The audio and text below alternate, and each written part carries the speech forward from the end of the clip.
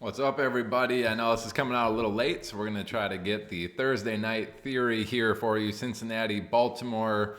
We'll just get it right underway. Like I said, try to get it quick and dirty for you. Might not go in as detail as I have in some of the past videos, just due to how late this is getting out. So almost 5 p.m. I think we got about 3 hours, 2.5 hours till kickoff, maybe a little less.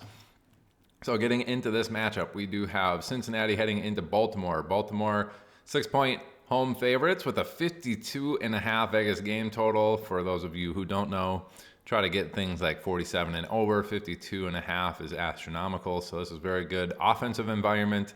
At that point, I'm not thinking about kickers or defense for the most part in my lineups because it's unlikely that they're going to score as much as some of these other fantasy players and getting involved in a high-scoring shootout type game. So Baltimore 29.25 team implied total, Cincinnati at 25.25. Typically, I'll zoom into these and explain all of these, but basically offensive pass protection versus defensive pass rush. That's an adjusted sack rate. I'm not going to get into detail here because I want to get the video out quick, but 15 versus 12. Really what this is a close matchup. Standard day at the office. Cincinnati should have a normal time to throw. That's not really going to affect anything in terms of that. Typically, when I say these are close, it'll be like a studs eat type of thing. I'm not entirely sure if Baltimore's got that on their defensive side, but I'd expect a standard amount of time for Joe Burrow here. So okay matchup here for the pass game in terms of the pass DVOA. So how good does Cincinnati do compared to the average outcome when passing in their given situation? Same with Baltimore. We have Cincinnati number 5, Baltimore number 23. This is what we try to attack a lot of times in DFS is these red-green matchups. This one is in favor of the offense. So Cincinnati should be able to, with that standard amount of time to throw the ball, they should be very explosive on offense, having very, very high success passing the ball. It's going to be very good for Jamar Chase. I'm not entirely sure. Let me look real quick here while I kind of explain who else could be doing good, what T. Higgins is doing. But Jamar Chase should be very good in this. T. Higgins, if he plays, should also be pretty good. But if he doesn't, Mike Gesicki should get some run in a game like this too. So I do like those. Passing to the running backs is typically more involved when the defense is going to get after the quarterback, which I don't think they're going to do in this particular matchup. So I'm not sure if we're going to see Chase Brown with a lot of dump offs in this particular matchup. I think if they got a standard amount of time to throw, it's going to go to those first and second reads, which probably not going to end up getting down to Chase Brown very much. So I don't know if he's going to do all that well in that regards. And then getting into the run blocking, we have Cincinnati number 19 in offensive run blocking, Baltimore number 7. So that's a pretty big favor of Baltimore's defense in stopping the run.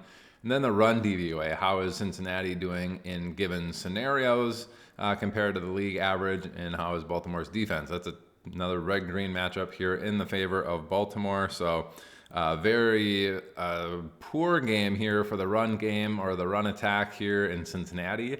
I wouldn't expect Chase Brown to be particularly great on the ground in this matchup. He's maybe somebody that I'm going to fade in any sort of island game matchup here because I just don't think he's going to end up scoring a bunch of points. He could always get into the end zone if the pass game is moving it. But it does not look like a very good matchup. And Baltimore has been very good against the run this entire season, so keep that in mind. T. Higgins, is he playing? Not in line to play Thursday. So if that's the case, and Cincinnati's going to be very good passing the ball, Andre Yosevach should be good. We did have the weird incident with their rookie last week where they game planned around him, and then he didn't show up, and they benched him basically, and that was Jermaine Burton. He could also be good in a matchup like this where maybe they get him a little bit more involved and he learned his lesson last week. So those are guys that I'm looking at for cheap options in that pass game for Cincinnati. Then on the Baltimore side, their adjusted sack rate, they're number 3. They don't take a lot of sacks. Cincinnati 30th in defensive pass rush, so the adjusted sack rate there, that's a red-green matchup heavily in the favor of Baltimore. They should have plenty of time to throw. That also tells me Lamar Jackson might not be taking off as often just because Cincinnati can't get after the quarterback that well. So keep that in mind. He's probably going to have a decent amount of time to throw. Cincinnati in the DVOA aspect is 21st on defense, and Baltimore is number 1 in the offensive pass DVOA. So Baltimore's pass game should be very explosive, very efficient, tons of time to throw the ball. So it's probably going to be pretty good for Zay Flowers. We'll see how much Deontay Johnson gets involved. Rashad Bateman has been getting open all season. We'll see if he gets targets. Obviously, Mark Andrews, Isaiah Likely, they got a lot of options there. With it being a red-green matchup and not a ton of pressure, I don't think we see Justice Hill get too involved in the pass game in this, but the run game's a different story. We have Baltimore number 6 in run blocking, number 2 in run DVOA, Cincinnati 16 and 23rd. So run DVOA here, Cincinnati red, Baltimore green. Again, another matchup that we can attack. It looks like Baltimore should be very effective running the ball, just the same as they are passing it. I'd expect Baltimore's offense to absolutely hum in this. Derrick Henry certainly could have a monster game, and then that pass game should be very efficient. I expect Baltimore to put up a lot of touchdowns in this, just being super effective. And then on the Cincinnati side, I could see them moving the ball via the air and then stalling out. So maybe that Cincinnati ground game, when it stalls out, leads to a few more field goal attempts from Cincinnati. So you might see a few field goal attempts there. Baltimore overall pace of play is 27, but when it's neutral, they're number 9, so a little bit faster there. They're just up a lot, so they slow down. And then Cincinnati, 23 overall pace of play, but 24th in neutral situations. So they're kind of a slower team. Just keep that in mind.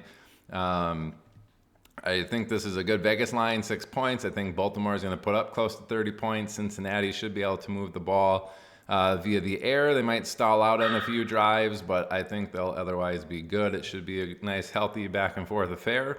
Wouldn't be shocked to see this hit the over just based off of Baltimore's offensive side.